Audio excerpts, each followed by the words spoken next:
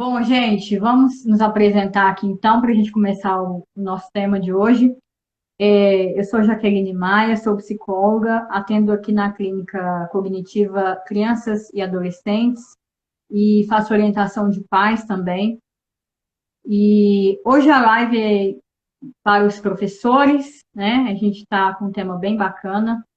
O convidado de hoje é o Marden, seja muito bem-vindo, Marden. Está presente para a gente também. Bom, gente, boa noite, né? Sou professor e fui professor da Jaque, já vou contar isso já de uma vez, né? Ótimo!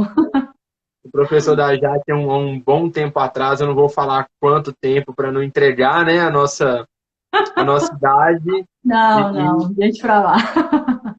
sempre que um ex-aluno me chama para alguma coisa, eu aceito na hora, independente de tudo, porque é um maior prazer, é muito, muito, muito honrado, sabe, Jaque, de acompanhar uma jornada lá no início, desde a sua entrada na universidade, e hoje você aí com uma carreira mesmo. Então, eu sou professor, sou pedagogo, sou formado em História também, já atuei em várias frentes, né?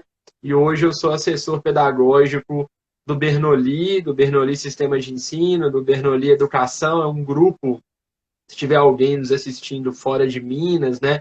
Bernoulli é um grupo de Belo Horizonte, Minas Gerais, tem colégios próprios e também tem escolas parceiras aí nesse Brasil inteiro que utilizam as soluções pedagógicas do Bernoulli, livros, plataformas, formações. Então, meu trabalho hoje é viajar esse Brasilzão aí, interagir com os professores, trocar ideias, fazer formação, aprender bastante e melhorar sempre os processos, né, nas nossas escolas próprias. Então, prazer estar aqui. Nossa, o prazer é meu. E passa um filme, sabe, Marden, na mente, assim, né? E quando eu pensei nessa live, eu falei, gente, não tem pessoa melhor para fazer essa live comigo do que o Marden, porque é uma trajetória, né, assim, e que você tem uma experiência que eu não, assim, eu de conhecer, óbvio, né, tem outras pessoas assim, mas eu vejo você uma pessoa que conhece muito bem, né, desse tema que a gente vai falar hoje, até porque não é demagogia, sabe, mas assim, dos professores de cursinho, né, que eu passei, eu fui aprender história com você, né, foi um professor assim que marcou de fato minha vida, tanto é que, né, lembrei de você com esse tema, principalmente, o tema passado também, que fala da questão da comunicação, enfim. Mas você é uma pessoa que eu vejo com essa experiência para poder trazer para a gente hoje, enriquecer a nossa live em relação à vivência, né? Tanto do antes, lá do início, quando você começou, a gente, né? Você foi meu professor, foi bem nesse início mesmo, né? E como é que é hoje, né? Qual que é a experiência hoje? Então, nesse tema de como definir e comunicar expectativas aos alunos, né? As expectativas aí de aprendizagem, a gente pode até falar um pouco disso, né? Como é que você verbaliza hoje, por exemplo, essas expectativas de aprendizagem? Hoje você não está mais atuando como professor, mas justamente por essa bagagem você ensina, você ajuda outros professores nisso, né? E conta um pouquinho assim de como é que foi lá no início, quais são as experiências que você tem agora, conta um pouco aí dessa questão Vamos pra lá, gente. vamos lá. Tô vendo então ex-alunos aí também deixaram um recadinho aí, Ai, que bom. deixar um beijo para Darliene, que eu consegui identificar aí. Bom, deve ter colega nos assistindo agora, né? Professores, agora, e nesses tempos assíncronos também, porque hoje em dia é assim, nós temos que conversar com o síncrono agora e com o assíncrono, que vai saber quando a gente vai estar sendo assistido também, né? Sim, sim. Essa é uma pauta muito interessante, né? Comunicar para os nossos alunos essas expectativas de aprendizagem, ou seja, o que eu quero que meu aluno aprenda?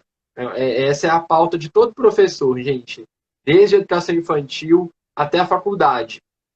O que eu quero que o meu aluno aprenda, de que maneira e o que eu espero que ele aprenda. Então, vamos por partes aqui, já que olha só, primeira coisa nós, de início de carreira, professor que está começando carreira, a gente leva muito da nossa experiência de aluno para a nossa experiência de professor. Fato. A gente se inspira em alguns professores ali que a gente gosta e a gente vai com isso. A gente pensa assim, é com isso que eu vou. Eu gostava dele como professor, eu vou imitar, vou fazer parecido, né? E a gente vai muito no automático. Tenho certeza que os colegas vão concordar comigo. A gente vai no automático. Aí a graduação entra na nossa vida, a gente está fazendo faculdade, a gente começa às vezes como estagiário, ou então formou e já teve umas primeiras experiências. Vou falar por mim, mas ainda era muito o aprender fazendo. Existe uma distância muito grande de faculdade e da vida real, do chão. Eu, quando dei aula em faculdade, eu tinha muito essa obsessão, assim, né? Eu falava com as minhas alunas, vocês estarão um dia em sala de aula, se a gente não trouxer alguma coisa para a faculdade do que vai acontecer lá na vida real, vai ficar difícil, né? Então, a gente, no primeiro momento, já, que a gente não reflete essas coisas. É aí que eu queria chegar. Mas a gente já vai lecionando, já vai lecionando. Então, como é que era o Marden no início?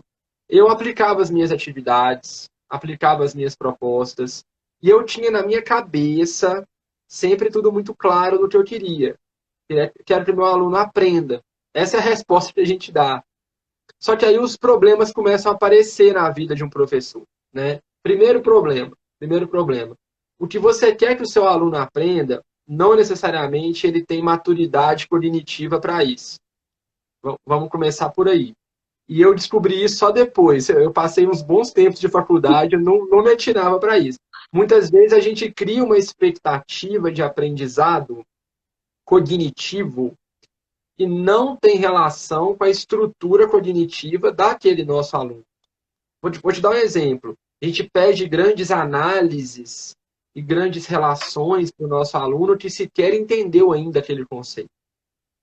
Ou pede para uma criança desempenhar algumas atividades que ela ainda não tem maturação cognitiva para isso. Então, o primeiro problema é o desconhecimento dos processos cognitivos de aprendizagem dos nossos alunos. Isso é um fato. A gente entra para o mundão de sala de aula com muita dificuldade nessa discussão. Porque a gente está muito preso no conteúdo. Então, o que é o professor? A gente fica assim, eu tenho que dar a Primeira Guerra Mundial, Segunda Guerra Mundial, nazismo. Essa é a discussão do professor. Eu tenho que dar cartografia, eu tenho que gêneros textuais. E aí a gente discute pouco a aprendizagem daquela criança. Exato. Mas ele tem que aprender o meu nazismo como? Ele tem que entender o nazismo. Ele tem que relacionar o nazismo com outra coisa. Ele tem que fazer uma grande síntese. Muda tudo quando a gente joga essa discussão. A gente demora muito, nós professores, a gente demora muito para poder virar essa chave. Esse é um primeiro ponto. Aí vem o segundo problema. Quando eu criava atividades mais criativas e vamos trabalhar paródia, vamos trabalhar mapa mental, memes, teatros e tudo mais, a minha intenção é muito boa, tá vendo? Sempre tinha muitas boas intenções metodológicas. Mas aí vinha a questão da avaliação mesmo. O que eu quero com aquela paródia, com aquela maquete, com aquele meme, com aquele vídeo? Eu não verbalizava isso para os meus alunos. Entende? Eu não trazia isso para eles. Eu tinha isso na minha cabeça e vamos lá, vamos fazer. E aí eu começava você ficava naquela expectativa ali de que eles iriam trazer justamente o que você estava ali na sua mente, mas você não comunicou. Exatamente. Todo professor que está nos vendo agora projeta um aluno ideal. Isso é inerente, isso é da docência. O que a gente tem que fazer é tentar desarmar isso. Porque a faculdade, a graduação, nos vende um aluno ideal. Entendeu? Que é o aluno silencioso, que é aquele sujeito que está sempre pronto para te ouvir, que não tem muitas lacunas. E não é isso, isso não é o mundo real. E você joga um trabalho, uma atividade, uma proposta, e espera sempre aquela atividade perfeita. Entendeu? E aí começa a chegar a paródia que não saiu tão boa, a maquete toda desorganizada, saiu lá um trabalho de teatro, que na verdade o negócio está todo esculhambado, você entendeu? E aí, quando você fala de desorganizado, esculhambado, é do ponto de vista do ponto de vista do professor, porque para o aluno era aquilo ali. Sabe Tá o que eu ótimo. fico imaginando, Márcia? A analogia que eu faço disso, quando o professor faz essa projeção, ele cria isso, ele constrói um filme na cabeça dele. Só que o que ele entrega para o aluno é um livro desse filme. E Uhum. aí, na hora que o aluno vai, assim, olhar o livro e falar, poxa, imaginei foi X, Y, Z, e ele vai reprojetar esse filme, mas da maneira dele. E Sim, quando você fala isso, é muito claro, assim, eu faço essa analogia de uma experiência mesmo, assim, que quando você lê um livro e aí, de repente, você vai ver o filme daquele livro, não tem nada, assim, pouquíssimas coisas a ver com o que você construiu naquele livro, né? Lendo aquele livro. Então, às vezes, até decepciona. E eu fico imaginando o professor super decepcionado, porque ele imaginou uma coisa que não aconteceu do jeito que ele pensou. E essa comunicação, ela acaba ficando falha nesse sentido. E eu vejo assim que uma outra coisa que ocorre, que eu acho que pode ocorrer muito também, é justamente o contrário, do professor falar assim, poxa vida, não, meus alunos não vão dar conta de fazer isso, não. Né? Ele começa a inferir sobre o processo de aprendizagem sem verificar se de fato os alunos conseguem. E ele tenta uma vez e fala aí, tá vendo? Não deu certo.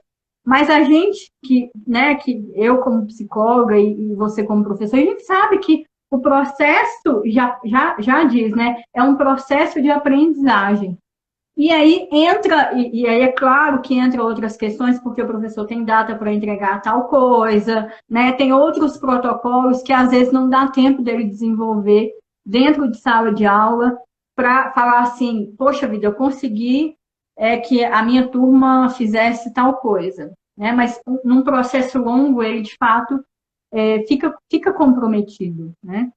Mas para isso ele tem que ter critério. Aí que entra a questão do critério. Vamos pegar Sim, um exemplo. Vou pegar um legal. exemplo, que acho que com um exemplo a gente consegue entender muita coisa.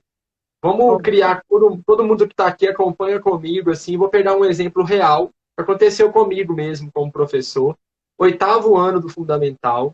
Então, estou falando de alunos aí de 13, mais ou menos 13 anos, a média, um pouco mais, um Uhum. pouco menos, tá? E aí eu vou contar esse caso, que desse caso a gente desdobra em tudo que a gente está discutindo. Eu estava mais ou Legal. menos isso é recente, então já tinha uma noção um pouco mais clara dessas expectativas, né? Mas sempre com uma ideia de expectativa na cabeça, sempre. E a Sim. gente brinca, né? Expectativa é uma coisa que quando a gente cria, tem muita chance de dar errado, né? A expectativa, quando você cria muito assim, a chance de dar errado é grande. Mas a gente acaba criando porque também você tem que ter um norte já. Todo professor tem que ter um norte da aprendizagem. E esse Sim. norte não é só o professor que tira da cabeça dele, não. Hoje você tem diretrizes curriculares que te dão uma expectativa. Hoje você tem Uhum. uma base nacional comum curricular que ela vai te dar a habilidade que o aluno tem que desenvolver. Isso é uma projeção. Entende? Uhum. Quando eu leio num documento curricular que um aluno com 15 anos tem que identificar escravidão, isso é uma projeção, isso é uma expectativa. Sim. Então, hoje você tem um cenário, hoje desde 2017, eu estou dizendo, essas expectativas estão dentro de documentos curriculares. Então, assim, você vê que a coisa está um pouco mais amarrada nisso também, estruturada. Aí eu vou Uhum. voltar para o meu caso aqui. Fui trabalhar paródia com os meninos. O tema era Reforma Protestante. É um conteúdo da história, Lutero, Calvino e tudo mais. Então, veja só, a primeira coisa de um professor, eu tenho um conteúdo para lecionar, certo? Reforma Protestante. O professor ele tem um monte de estratégia. O professor é um garimpeiro de estratégias. Eu podia lecionar de várias maneiras, reforma protestante, eu dei uma aula, né? E aí eu pensei assim, bom, eu quero avaliar, esse é o ponto, se meus alunos entenderam o bendito Lutero com o Calvino. Eu posso fazer isso de 1000 maneiras. Eu podia fazer um quiz, podia fazer uma pergunta oral, podia pedir para fazer um mapa mental, enfim, eu escolhi a paródia, porque eu acho que a paródia é uma estratégia que vai me dar um diagnóstico se meu aluno aprendeu. Porque se ele não souber nada, ele não vai fazer paródia de nada. Entende? Eu sou da área de humanas. Se você me pedir uma paródia agora de estequiometria, eu não sei nem o que é, como é que eu vou fazer uma paródia? Então eu tinha uma estratégia na minha cabeça. Eles vão construir estrofes, versos, né? E a paródia vai vir maravilhosa. E quando eu analisar essas letras que eles vão criar, eu vou ter o diagnóstico. Tudo amarradinho na minha cabeça. A primeira vez que eu fiz isso, qual que foi o meu erro? Eu não comuniquei nada com eles dos critérios. Eu criei na minha cabeça, o comando para eles foi assim, ó, faça paródia.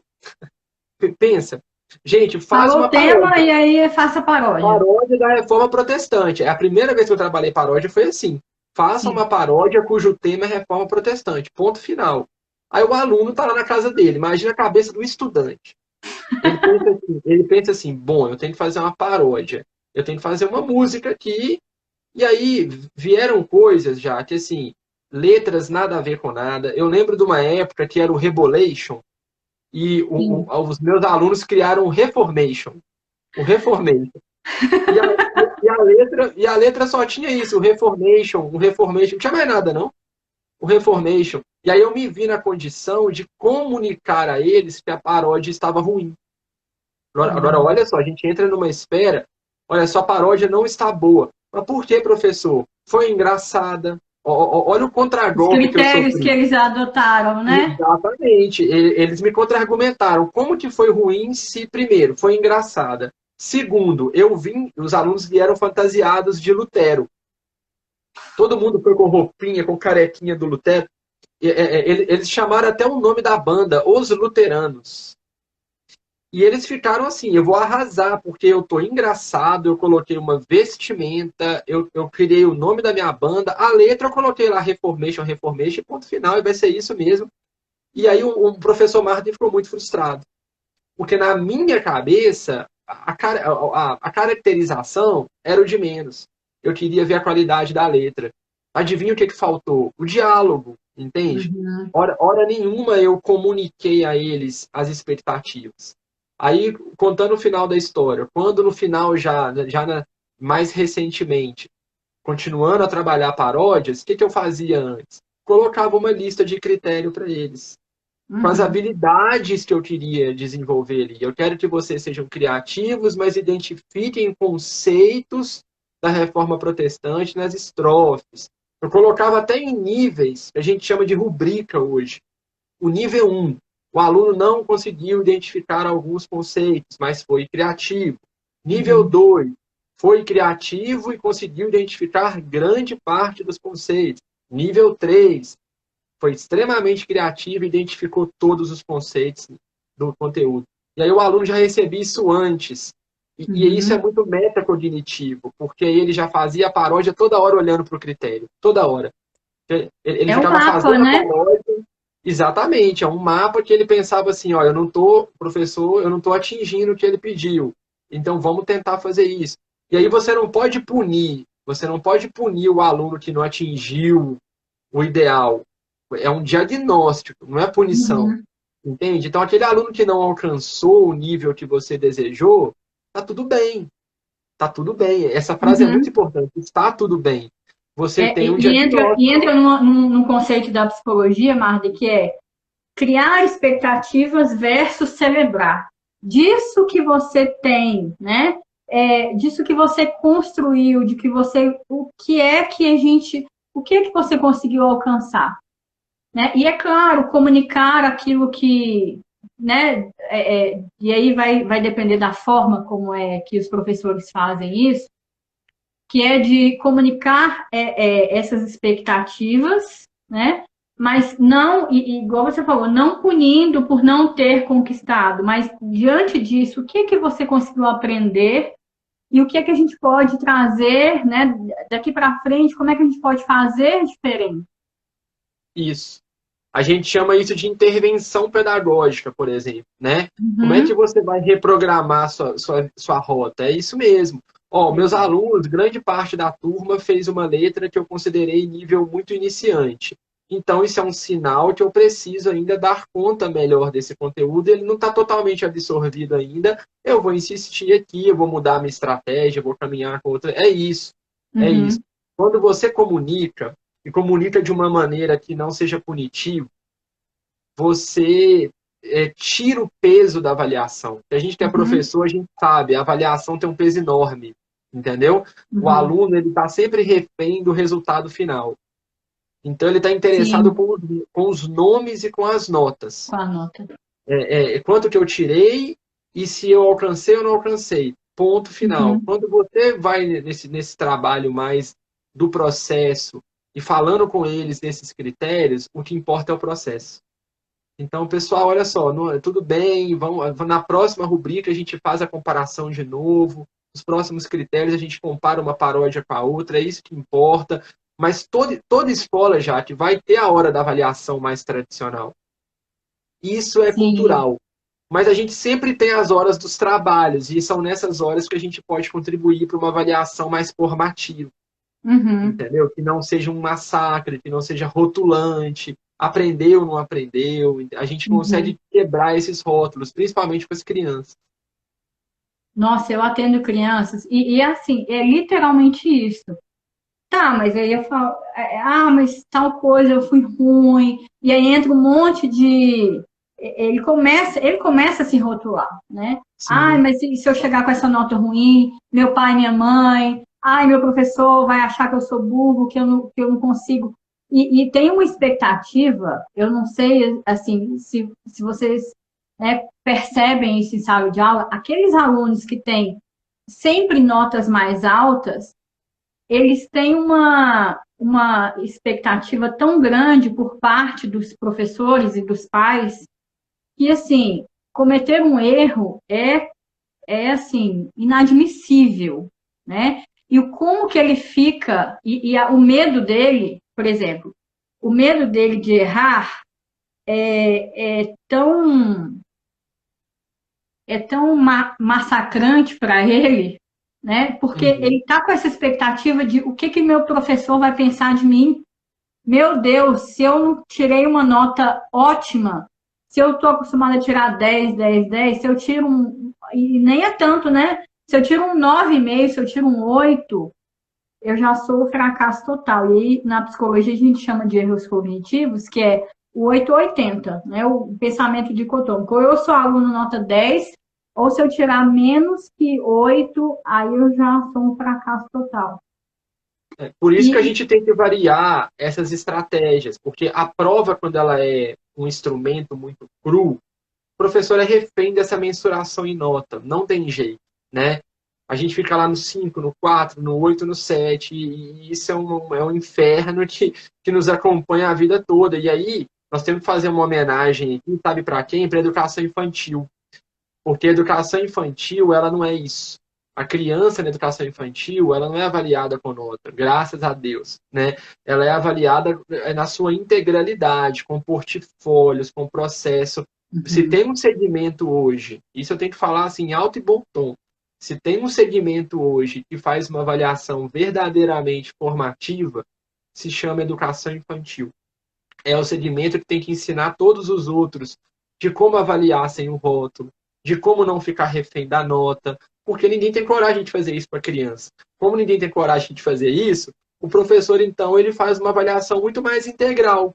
Ele observa a convivência da criança, ele observa o desenho, observa as relações, observa a lateralidade, a psicomotricidade da criança, aí faz um outro trabalho, aí faz um outro diagnóstico, e é esse conjunto que gera um relatório, e isso que é avaliação da educação infantil, entendeu? E aí, quando a gente vai perdendo um pouco essa natureza integral da avaliação com os maiores, que aí vem a correria toda, entram as uhum, disciplinas, entram aqueles conteúdos, aí você começa a não ter nem tempo para ficar trabalhando toda essa integralidade, porque aí vem simulados. Esse é o uhum. dilema, Jaque, de todos nós, Nossa, professores. e é muito lamentável, assim, né, na minha percepção, porque justamente as habilidades socioemocionais que fazem toda a diferença em todo o processo de aprendizagem. Porque se o aluno, inclusive eu falei isso na live passada, se o aluno ele se sente bem acolhido, se ele sente que ele não é só mais como é que fala? Um criador de notas excepcionais no final do semestre, se ele se identifica com o professor, se ele tem uma boa relação, ele vai aprender muito mais, né? Ele se projeta na escola de uma forma integral, e isso faz com que ele fique mais colaborativo, que ele falte menos às aulas, que ele adoeça menos para participar das aulas, que tem aluno que, dependendo da situação, ele adoece literalmente, porque ele não dá conta daquilo ali, de uma prova, de uma coisa que ele vai passar, porque ele está o tempo inteiro sendo avaliado, né? E esse olhar da avaliação, dependendo ali de vários critérios, né? Às vezes tem professor que ele considera mais ou menos rígido, enfim. A pressão dos pais em relação a você tem que tirar uma nota boa, você tem que fazer, tem que ser assim, assim, assado. Isso faz com que ele tenha esse adoecimento. E essa integralidade ela fica comprometida, né? Quando Sim. ele é avaliado por esses critérios. A única saída, já que é variar as estratégias, não a outra. A escola não vai nunca abandonar a prova tradicional. Então, o que o professor tem que fazer? O que a gente tem que fazer? Avaliar de formas diferentes ao longo do ano. É um belo dia você vai na paródia, no outro você vai na maquete, no outro você faz um teatro, você vai fazendo essas escolhas, porque aí você vai também personalizando essa aprendizagem. Porque aí o aluno que é um pouco mais sinestésico vai adorar a sua estratégia que envolve teatro e música. Aluno que é mais espacial, uma inteligência mais lógico-espacial, vai adorar quando você trabalhar mapa mental, esquemas. Quando a gente começa a avaliar essas estratégias, a gente desamarra das provas tradicionais e oferece para os meninos uma saída. Alguns momentos em que eles vão falar assim, poxa, nem sempre a avaliação é aquela prova massacrante, eu também posso ser e mereço ser avaliado de outras maneiras. Você reduz os traumas todos que você está comentando aí. E o Paulo fez uma pergunta aqui para nós que é muito pertinente, tem tudo a ver com isso. Ele falou assim, como que você vê a transição daqueles que saem do infantil e vão ali para o ensino fundamental, né? Nesse ponto da avaliação? Ô Paulo, isso é um trauma, e tem pesquisas várias que estudam essa transição da criança que sai da educação infantil e entra no primeiro aninho do fundamental e encontra uma escola, algumas, enfileiradas. Eu quero que vocês imaginem, gente, mesmo quem não for da área, mas é pai e mãe, o seu filho, o seu aluno estava na educação infantil.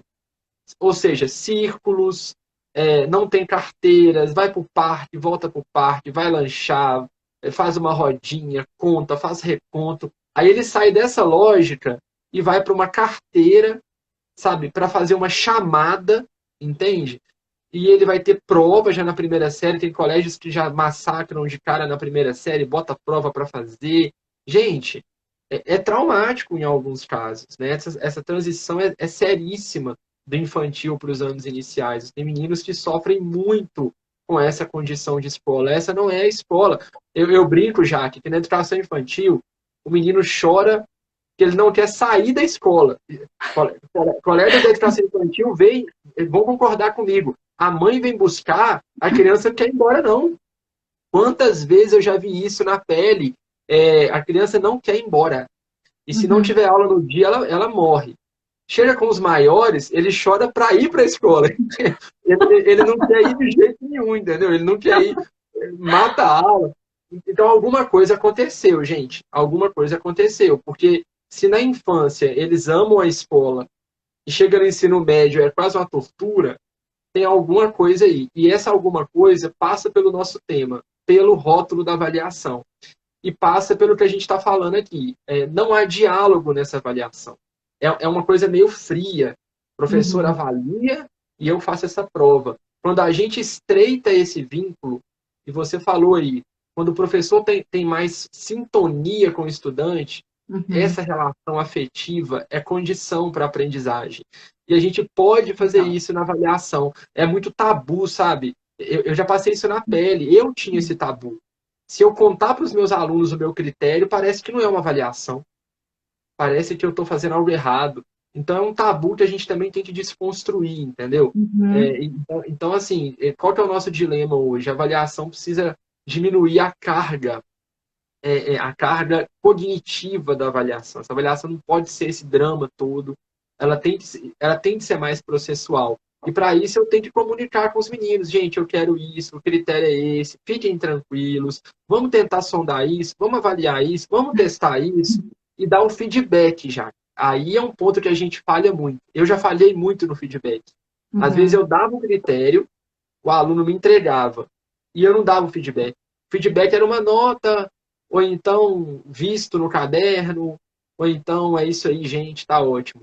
O feedback é muito importante. Olha só, Jaque, vamos olhar a sua paródia. O que você acha que aconteceu aqui? Você acha que você identificou bem esse conceito? Me conta. E aí você dá para o aluno essa condição, né? E o aluno fala, eu tive muita dificuldade nisso, professor. Eu tentei fazer uma estrofe aqui, não consegui. Muda tudo Uhum. quando isso acontece. E aí nós temos que Exato. arrumar tempo para isso já. Porque professor, 50 minutos uma aula é muito difícil também. Nós temos que entender o lado do professor. É, Uhum. é, poucas aulas, 50 minutos, correria, conteúdos. Achar tempo para isso não é fácil não, viu? Uhum. E aí tem uma coisa que é da comunicação também, que eu acho que é importante, que é justamente desse ficar dando explicações, porque assim, é claro que nós não tem assim, a gente não escapa disso, né? De sempre ficar fazendo essas inferências, porque professor, qualquer pessoa, ele tem um ponto de vista de que ele vai olhar para aquela situação ali e ele vai projetar o que ele está pensando a respeito, né? Então, quando ele pega um aluno, por exemplo, que não atingiu, suponhamos, essas expectativas, o que a tendência é a gente já ir com a mala pronta, né? Para falar, olha, isso, é aquilo, tal. E aí, quando entra nessa questão do explorar, peraí, deixa eu entender o seu ponto de vista, né? E isso na comunicação, por exemplo, eu ensino para pais, inclusive, que olha, eu vi que você não conseguiu, por exemplo, crianças ou adolescentes que têm um comportamento mais difícil, né? Assim, sala de aula, não, o do contra, é aquele aluno que é mais que ele quer ali, como é que eu vou dizer? Criar uma atenção, né? Ele quer uma atenção para ele, o que a gente chama de atenção indevida, né? Mas, enfim, ele está ali fazendo a confusão ali na sala de aula. Então, porque aí o professor já vai explicando como é que ele tem que ser, como é que ele não tem que ser, né? E aí, dependendo do critério, aí tem as questões do próprio conselho pedagógico, manda para a diretoria, conversa com o aluno, enfim, tem os critérios aí. Mas há uma essa expectativa, né, às vezes, de informar para o aluno, de falar, sem perguntar para ele, por exemplo, né, às vezes eu falo com os pais, meu filho hoje está difícil, não sei o quê. Tá, e o que você fez? Eu falei com ele que a gente fez um combinado, que ele tinha que cumprir e tudo mais. Mas o que você perguntou? Você perguntou alguma coisa para ele? Que é, por exemplo, olha, em vez né, de já ir com a pedra na mão, digamos assim, e falar o que ele fez de errado, olha, eu vi que você teve um dia difícil hoje, eu queria saber a sua versão da história. Porque aí ele dá até um passo para trás e falou, opa, a pessoa não está me condenando, ela está querendo saber o porquê que eu agi dessa forma. Né? Isso Sim. traz uma diferença, né, daquele aluno, né, que tem um comportamento mais difícil ali, mas ao mesmo tempo ele está sendo acolhido, sabe? É E como isso. que isso é diferente, né? Quando a gente. E esse vínculo com o professor é o fundamental, porque aí Assim, ele vai para outras situações dentro de sala de aula, ele vai ficando mais colaborativo, porque ele tem uma atenção que é diferente da que ele estava querendo chamar ali, né? Daquela atenção que ele estava querendo. Então, levar para esse lado mais funcional dessa atenção que ele precisa, já muda todo o contexto. Muda. E aí, assim, só é difícil conseguir isso, sabe? Porque você tem professor, né? Diferente da psicologia, a gente trabalha muito no coletivo, né? Então Esse é um a gente ponto, tem né? turmas ali de 40. Aí você imagina uma rotina de um professor já. O cara tem sexto ano A, sexto ano B, sexto ano C, cada um com 40. Né? O critério é sempre o coletivo com 40. E só que cada 40 é um. Né? Geralmente, por Uhum. exemplo, no consultório, na clínica, né, chega esse um. Né? Chega esse sujeito que é único, né? Que é muito singular, que tem uma série de singularidades e que o professor não penetra nisso, porque a Aham. gente não consegue ter esse alcance. Isso é um dilema que explode demais, porque aí esses alunos, com as suas demandas, tá? Seus sintomas, para usar um termo mais da psicanálise aqui, eles vão nos demandando coisas e a gente no meio desse furacão, né? Então, quais são as saídas que eu sempre encontrei, assim, sabe? Conseguir uma proximidade. E essa proximidade eu conseguia na linguagem. Essa é uma dica, sabe? A linguagem me aproximava. Porque eu não era da família da pessoa, eu não tinha rede social da pessoa, algo tinha que nos conectar. A linguagem.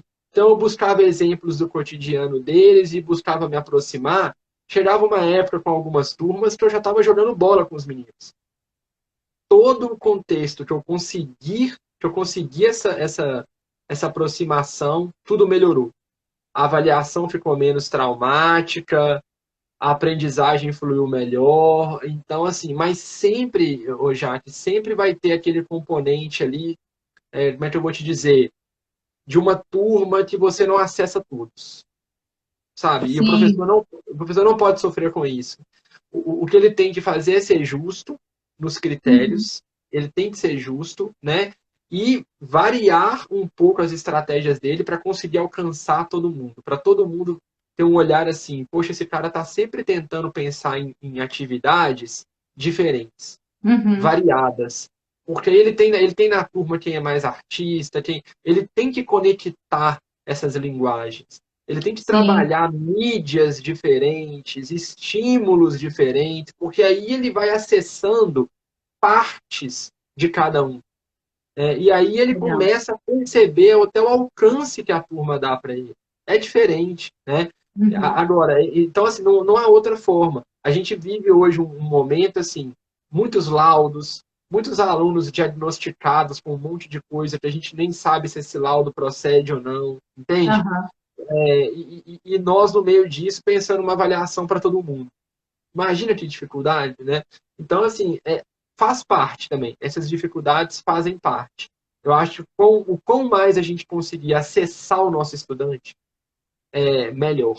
Por exemplo, quais são os professores hoje que conhecem as bandas que os alunos estão ouvindo? Quase ninguém. Se você Uhum. perguntar para os professores hoje, o que os meninos estão ouvindo? Eu não estou falando para o professor conhecer a discografia lá do K-pop e cantar isso no carro, não, não é isso. Mas assim, o cara tem que saber os memes que estão acontecendo, as bandas, os YouTubers, as mídias, as séries. O quão mais a gente puder, pelo menos, estar conectado e antenado, facilita demais. Que você pode bolar uma avaliação em cima disso, por exemplo, entendeu? Então são saídas que a gente consegue ver, assim, quando essas coisas acontecem, pode reparar, os traumas diminuem, as cargas são mais leves, nunca vai zerar, já, Uhum. nunca vai zerar, mas diminui, diminui. O Paulo falou uma coisa aqui importante: múltiplas inteligências são importantes. É justamente esse resgate.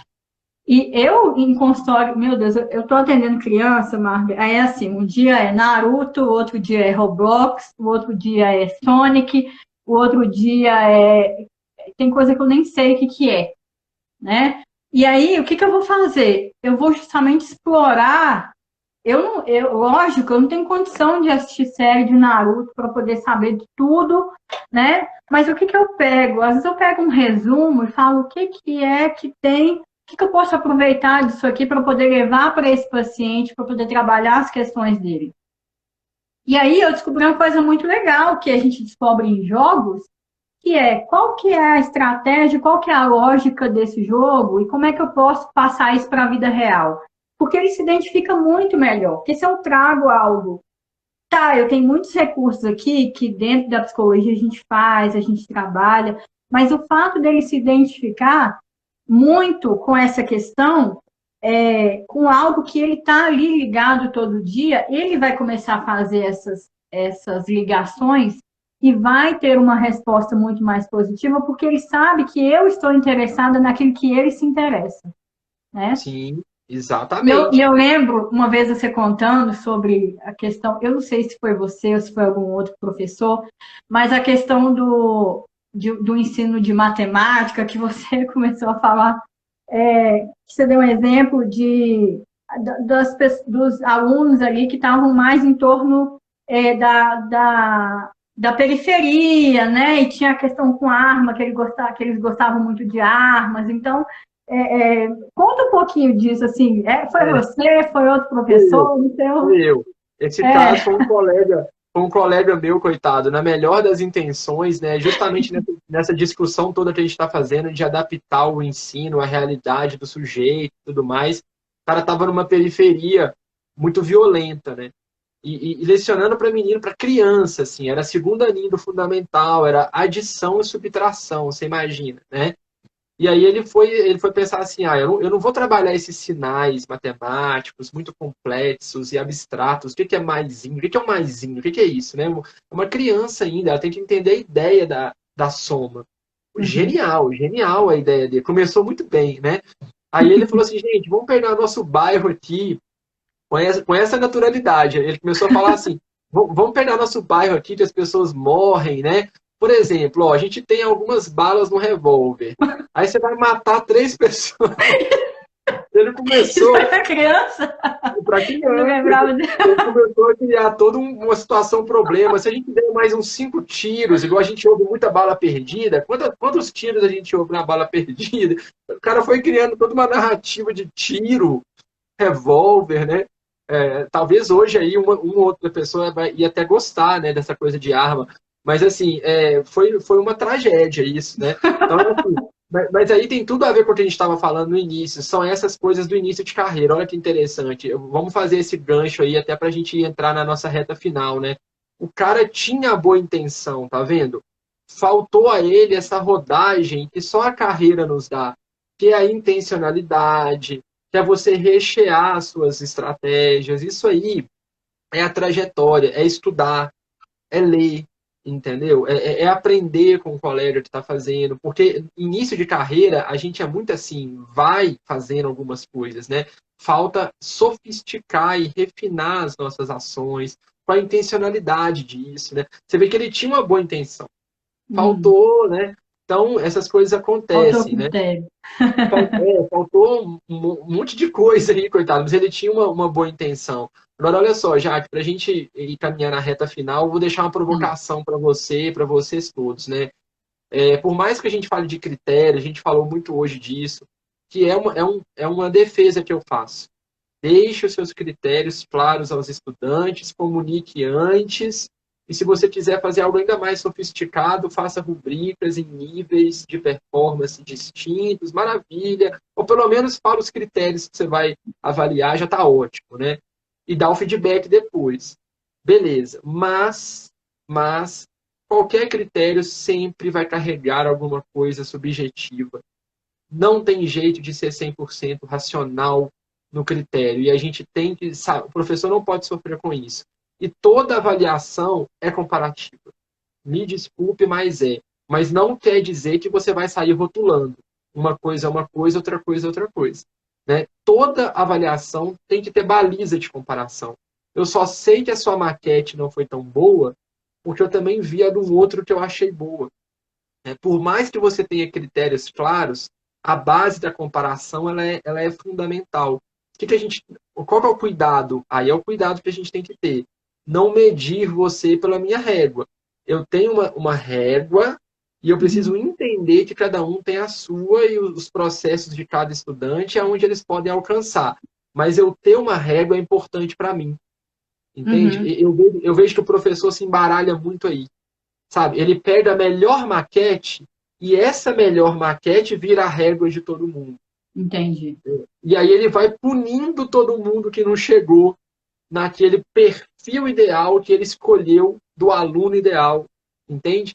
A gente tem que manter a comparação, mas com a cautela. Essa comparação ela é interna para nós, para a gente sair identificando os níveis de cada um, sabendo que um não vai estar no nível do outro, porque cada um tem o seu processo.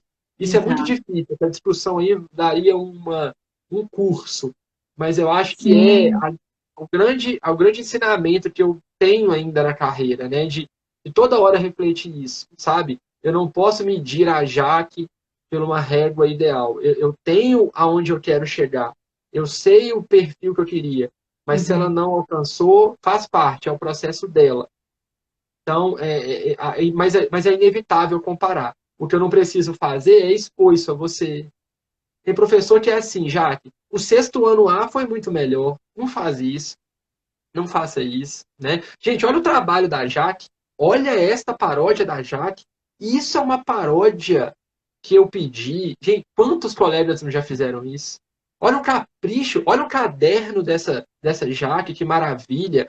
Aí desandou, aí a esculhambação total. Quando ele É. faz isso aí, meu amigo, a porteira do trauma abriu, né? E a gente tem que segurar a nossa língua, as nossas ações e não cair nessa cilada. A gente pode internamente fazer as nossas comparações, a gente vai fazer, mas a gente tem que ter o cuidado cognitivo de não expor, até porque a gente é muito importante para os meninos. O peso do professor é enorme. Uma fala de um professor, você deve ver isso melhor do que nós. Você deve ver muito essa ponta que chega aí. Uma palavra do professor, um significante que entra no estudante, ele leva isso.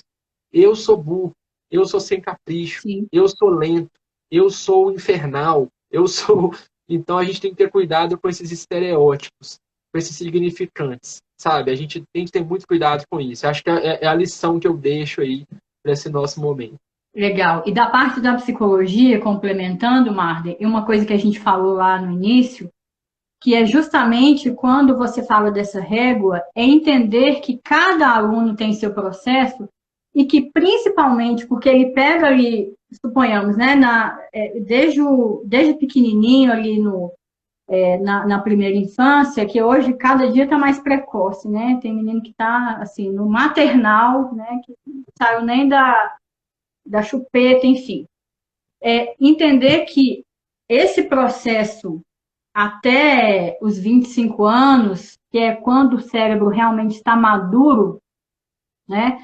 Ou seja, a criança, o processo de maturação do córtex pré-frontal, que engloba todas essas questões que a gente conversou, ela começa ali a maturar, digamos, a partir dos 3 anos. E vai até os 25. Então, quando você fala dessa régua, por exemplo, o fulano fez uma maquete maravilhosa, que ele pensou em X e Y coisa, o outro não é porque ele não conseguiu fazer naquele nível porque o processo dele é outro ali, né? E aí, quando você fala também de variar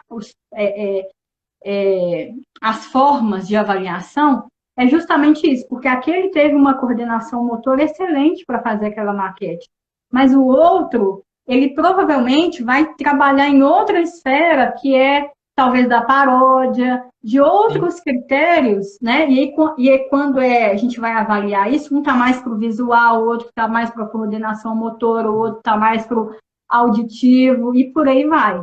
Então, a gente dá para englobar mais os alunos pensando nesses critérios e pensando que o cérebro está amadurecendo. Então, até a questão dos comportamentos, das habilidades socioemocionais, das habilidades sociais ali entre eles próprios, estão todos filtrados, digamos assim, por essa questão, né? Sim, e motivar sempre o estudante. Eu acho que eu terminaria dizendo isso. Hoje tem pesquisas no campo da neurociência, inclusive, mostrando que quando você motiva, né, você potencializa a aprendizagem. Uma Total. pequena conquista de um estudante, você não pode economizar, não. Nossa, show, maravilha, você tentou fazer. Com a criança a gente faz isso o tempo todo. Aí vai perdendo isso É. com os maiores, sabe? Que a Eu vejo expectativa aumenta, né? isso, a pressão fica muito grande com os maiores, aí você vai entrando muito mais numa esfera de apontar o erro, entendeu? Uhum. Ó, foi até legal, mas faltou isso, isso, isso, isso. Aí na lista do que faltou vem 40 milhões de coisas. E o legal, você fala que foi legal, entendeu? Ó, foi legal, você escreveu legal, mas eu tenho algumas considerações aqui. Aí vai lá e arrebenta, né, o negócio todo. Então a gente tem que dar um peso grande pro bom também. Nota show de bola. Olha essa sacada que você teve, foi excelente. Não, ó, vou te dar uma sugestão aqui para você pensar. É muito diferente do que você falar, ó, podia ter sido melhor e faz uma lista de um monte de coisa errada, teoricamente errada, o que faltou. Essas Uhum. motivações, adolescente é inseguro, adolescente é muito inseguro. Talvez ele é o que mais precise de motivação, mais que a criança, porque a criança ela é motivada por natureza. Qualquer coisa que você falar, ela está motivada, meu filho. Não Oba! adianta, não. A criança, qualquer coisa, ela está pronta, entendeu? Ela está fazendo, está acontecendo. Queira você ou não, meu filho, a criança está fazendo. O adolescente, não, cara. O adolescente, ele é extremamente reativo. E é o segmento do ensino médio onde tem menos esse afeto. O ensino médio é muito frio, sabe? O professor do ensino médio, ele é treinado para ser frio. Ele no máximo faz umas piadinhas assim para ser um engraçadão, mas estou falando de afeto. Então, e afeto não é beijar na boca do aluno, não. Afeto é você afetar o seu estudante, sabe? É mexer com essa motivação dele. Isso abre gatilhos, porque geralmente o nosso aluno não tá, ele nem acredita nele mesmo. Isso acontece demais. Nós já Exato. fomos adolescentes, gente. Eu sempre falo isso com meus colegas. Como é que você foi adolescente? Você foi maravilhoso, super seguro? Não, não deve ter sido, não. Então, o seu aluno deve ser a mesma coisa, né? Está E, no então, boom ali das emoções, dos processos hormonais todos acontecendo e por aí vai. isso, rede social expondo, rede social projetando coisas que não existem. Então, assim, e aí lá vai a nossa prova meter um zero nele, falar que ele não aprendeu, não sabe nada. Calma, gente, né? Tem um Enem esperando ele lá para já mandar a chancela do reprovado. Então a coisa é muito dura. A gente pode deixar mais leve. Eu acho que nós podemos deixar mais leve o processo. Não confundir isso com um tiozão que sai abraçando todo mundo. Não é isso, mas é deixar mais leve o Legal. processo. Né? A escola não pode ser essa tortura, né, Jaque? Então, foi um prazerão conversar com você aqui, com Nossa, vocês o prazer foi todos, todo meu. viu? Foi excelente essa trajetória nossa de professor e aluno e hoje colegas aí que lidam nessa área educacional. Muito bom. Obrigada, Marden.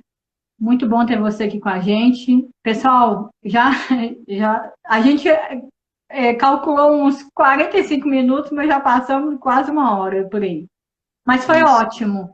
Quero agradecer a todo mundo que participou. Não vai dar tempo da gente ler os comentários. Mas, assim, agradeço a todos. E, Marden, é provável que a gente vai fazer mais, viu? Isso aí. Vamos aí. Valeu, Obrigada. Tchau, tchau. Tchau, gente. tchau, pessoal. Boa semana, se cuidem.